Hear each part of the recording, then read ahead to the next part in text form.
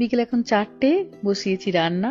কাবলি ছোলাটাকে ওদিকে সিটি দিতে বসিয়েছি, আর এইদিকে পালং শাকটাকে সেদ্ধ করতে বসিয়েছি। এই যে ঠান্ডা হয়ে গেছে, একটু জল ঝরিয়ে নিয়েছি।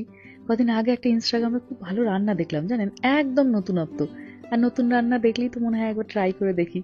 তো পালং শাক সেদ্ধ, একটুখানি টক দই, এটাকে এবার মিক্সিতে একটু পেস্ট করে নেবো।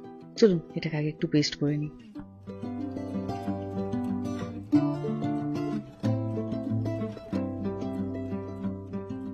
কাবলি ছোলা দিয়ে সাধারণত বাড়িতে ঘুগনি হয়, মাঝে মাঝে হয়তো চানা মশলা হয়, কিন্তু এইটা দেখলাম কাবলি চানার সঙ্গে পালং শাক দিয়ে পালং পনিরের মতো পালক ছোলে বানালো।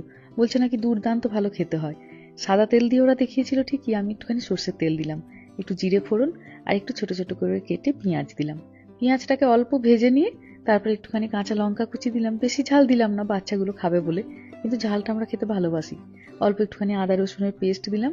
মিনিট 2-3 মতো আদা রসুনটা ভেজে নিয়ে গুঁড়ো মশলাগুলো দিয়ে দিলাম, প্রতিদিনের যেটা দিই, জিরে গুঁড়ো, ধনে গুঁড়ো, হলুদ গুঁড়ো, লঙ্কা গুঁড়ো, আর একটুখানি গরম মশলার গুঁড়ো। একটু জল দিই, নাহলে মশলাটা পুড়ে যাচ্ছিল। পালং শাকের জলটাই দিলাম, ওই জলটা নষ্ট করব না। আর বেশ সুন্দর কষানো হয়ে গেছে, তেল ছেড়ে দিয়েছে। এবার ওই পালং শাক আর টক দই দিয়ে যে পেস্টটা বানিয়েছিলাম ওইটা দিয়ে দিলাম।